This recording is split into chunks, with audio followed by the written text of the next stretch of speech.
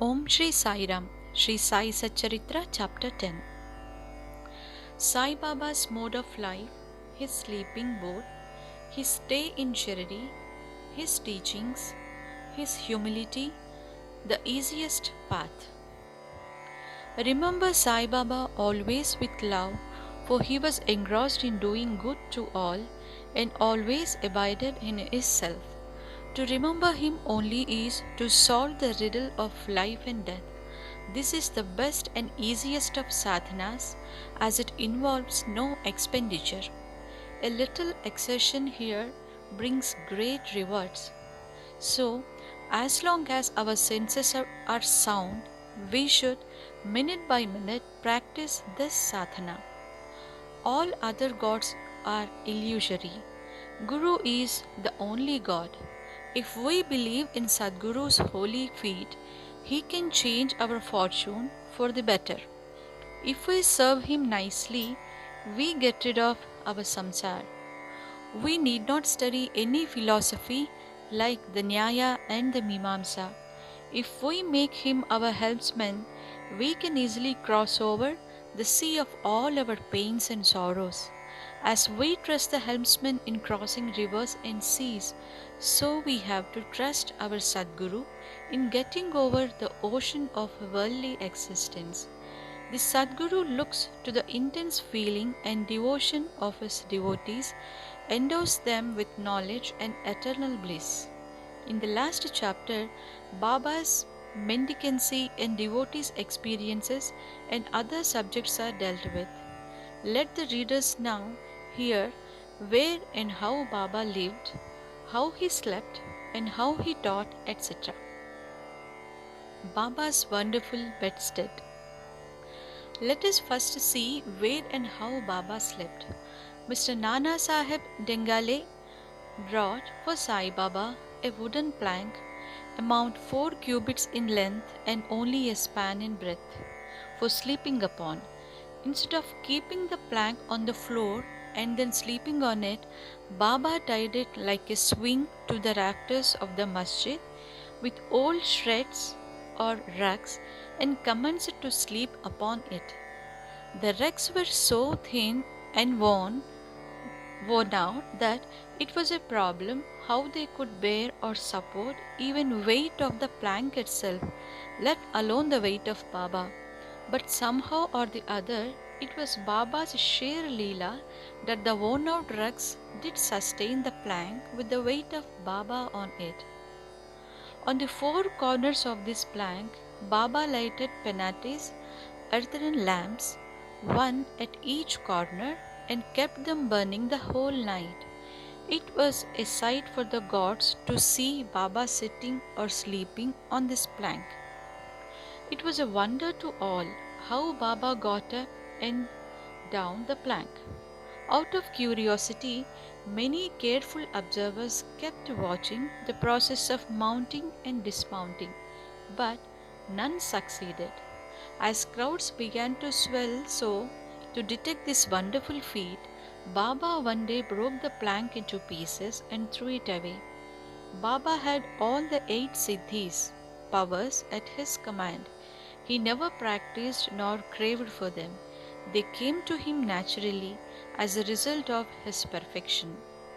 Sagun manifestation of Brahman. Though Sai Baba looked like a man, 3 cubits and half in length, still he dwelt in the hearts of all. Inwardly he was unattached and indifferent, but outwardly he longed for public welfare. Inwardly most disinterested, he looked outwardly full of desires for the sake of his devotees. Inwardly an adobe of peace, he looked outwardly restless.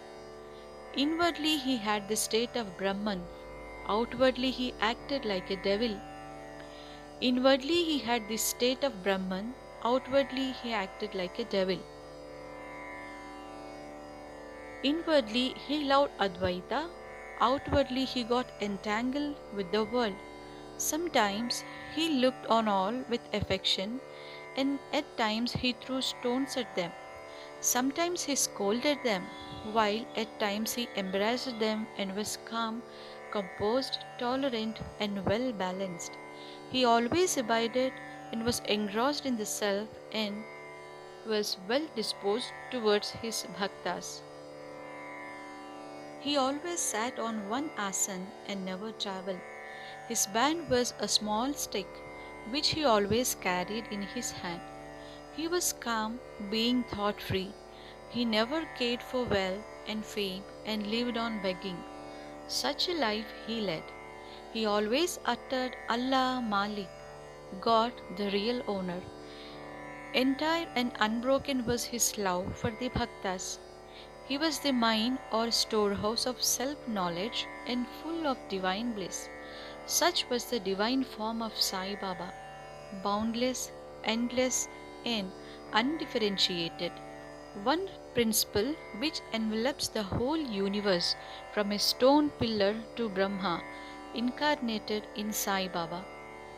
The really meritorious and fortunate people got this treasure trove in their hands, while those people who, not knowing the real worth of Sai Baba, took or take him to be a man, a mere human being, were and are indeed miserable.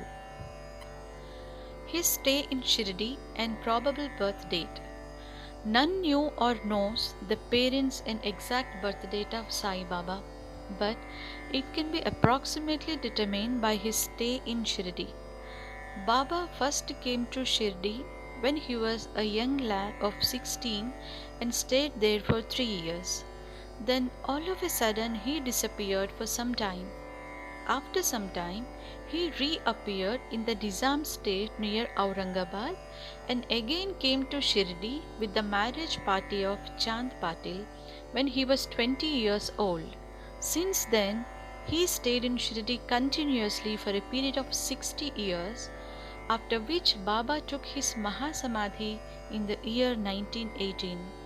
From this, we can say that the year of Baba's birth is approximately 1838. Baba's mission and advice. Saint Ramdas, who lived from 1608 to 1681, flourished in the 17th century and fulfilled to a great extent his mission of protecting cows and Brahmins against the Yavanas, Mohammedans. But within 2 centuries after him, the split between the two communities, Hindus and Mohammedans, widened again, and Sai Baba came to bridge the gulf. This constant advice to all was to this effect: Rama, the god of the Hindus, and Rahim, the god of the Mohammedans, were one and the same. There was not the slightest difference between them. Then why should their devotees quarrel among themselves? You ignorant folk, children, join hands and bring both the communities together. Act sanely, and thus you will gain your object of national unity. It is not good to dispute and argue, so don't argue. Don't emulate others. Always consider your interest and welfare. The Lord will protect you. Yoga, sacrifice, penance, and knowledge are the means to attain God. If you do not succeed in this by any means, vain is your birth. If anyone does any evil unto you, do not retaliate. If you can do anything, do some good unto other. This in short was Sai Baba's advice to all, and this will stand in good stead both in material and spiritual matters. Sai Baba as Sadguru. There are various gurus. There are many so-called gurus who got about from house to house with cymbals and veena in their hands and make a show of their spirituality. They blow mantras into the ears of their disciples and extract money from them. They profess to teach piety and religion to their disciples, but are themselves impious and irreligious. Sai Baba never thought of making the least show of his worth. Body consciousness he had none, but he had great love for disciples.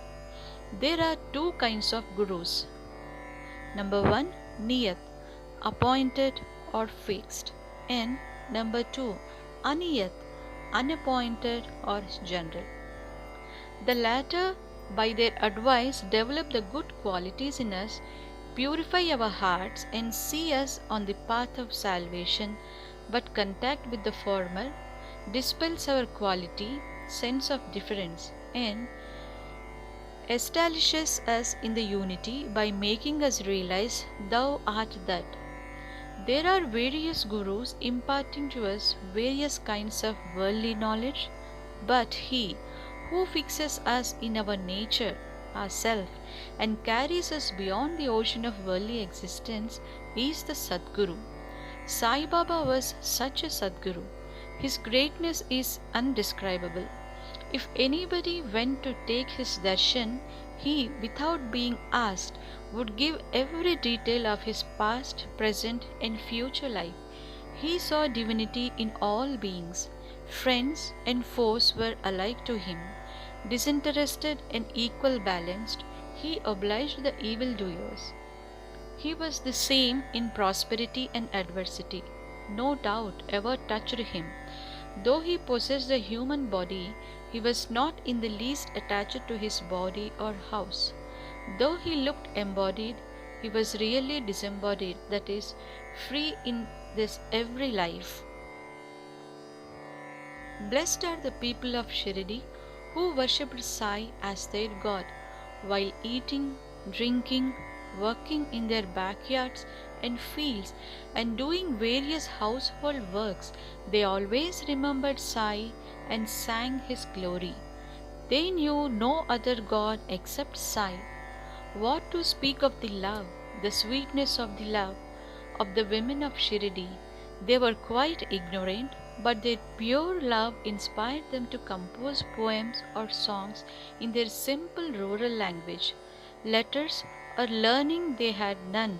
Still, one can discern real poetry in their simple songs. It is not intelligence, but love that inspires real poetry as such. Real poetry is the manifestation of true love, and this can be seen and appreciated by intelligent listeners. Collection of these folk songs is desirable, and Baba willing, some fortunate devotee may undertake the task of collecting and publishing these folk songs either in the Sai Leela magazine or separately in a book form. Baba's humility. Lord or Bhagavan is said to have 6 qualities, that is, fame, wealth, non attachment, knowledge, grandeur, and generosity.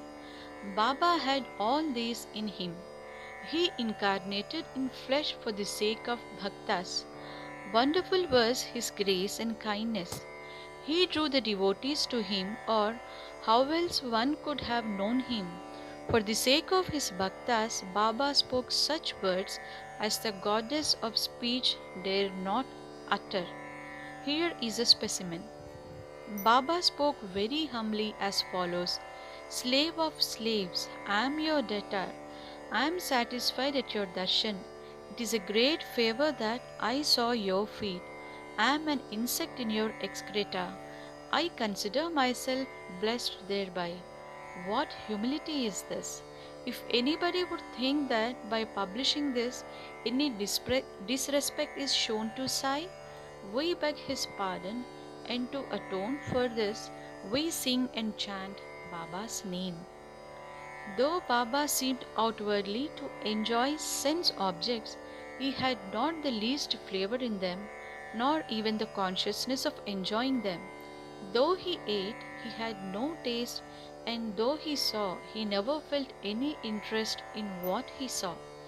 Regarding passion, he was as perfect a celibate as Hanuman. He was not attached to anything. He was pure consciousness, the resting place of desire, anger, and other feelings. In short, he was disinterested, free, and perfect. A striking instance may be cited in illustration of this statement. Nanavali. There was in Shirdi a very quaint and queer fellow by name Nanavali. He looked to Baba's work and affairs. He once approached Baba, who was seated on his seat, and asked him to get up, as he wanted to occupy the same. Baba at once got up and left the seat which he occupied. After sitting there a while, Nanavali got up and asked Baba to take his seat. Then Baba sat on the seat and Nanavali fell at his feet and then went away. Baba did not show the slightest displeasure in being dictated to and ousted. This Nanavali loved Baba so much that he breathed his last on the 13th day of Baba's taking Mahasamadhi. The easiest path. Hearing the stories of saints and being in their company. Though Sai Baba acted outwardly like an ordinary man, his actions showed extraordinary intelligence and skill. Whatever he did was done for the good of his devotees. He never prescribed any asana, regulation of breathing, or any rites to his bhaktas, nor did he blow any mantra into their ears. He told them to leave off all cleverness and always remember Sai, Sai. If you did that, he said, all your shackles would be removed and you would be free. Sitting between 5 fights, sacrifices, chantings, 8-fold yoga are possible for the Brahmins only. They are of no use to the other classes. The function of the mind is to think. It cannot remain for a minute without thinking. If you give it a sense object, it will think about it. If you give it to a guru, it will think about guru. You have heard most attentively the greatness, grandeur of Sai. This is the natural remembrance, worship, and kirtan of Sai. Hearing the stories of the saints is not so difficult as the other sadhanas mentioned above. The stories remove all fear of this sansar and take you on to the spiritual path. So, listen to these stories, meditate on them and assimilate them. If this is done, not only the Brahmins, but women and lower classes will get pure and holy. You may do or attend to your worldly duties, but give your mind to Sai and his stories, and then he is sure to bless you. This is the easiest path, but why do not all take to it? The reason is that without God's grace, we do not get the desire to listen to the stories of saints. With God's grace, everything is smooth and easy. Hearing the stories of the saints is, in a way, keeping their company. The importance of the company of saints is very great. It removes our body consciousness and egoism, destroys completely the chain of our birth and death, cuts asunder all the knots of the heart, and takes us to God, who is pure consciousness. It certainly increases our non-attachment to sense objects and makes us quite indifferent to pleasures and pains, and leads us on the spiritual path. If you have no other sadhana, such as uttering God's name, worship, or devotion, etc., but if you take refuge in them, saints, wholeheartedly, they will carry you of safety across the ocean of worldly existence. It is for this reason that the saints manifest themselves in this world. Even sacred rivers such as the Ganges, Godavari, Krishna and Kaveri, etc., which wash away the sins of the world, desires that the saints should come to them for a bath and purify them. Such is the grandeur of the saints. It is on account of the store of merit in the past births that we have attained the feet of Sai Baba. We conclude this chapter with the meditation of Sai's form. He is the beautiful and handsome Sai, standing on the edge of the masjid and distributing udi to each and every bhakta with a view to his welfare. He who thinks the world as naught and who is ever engrossed in supreme bliss, before him we humbly prostrate ourselves. Bow to Sri Sai, peace be to all.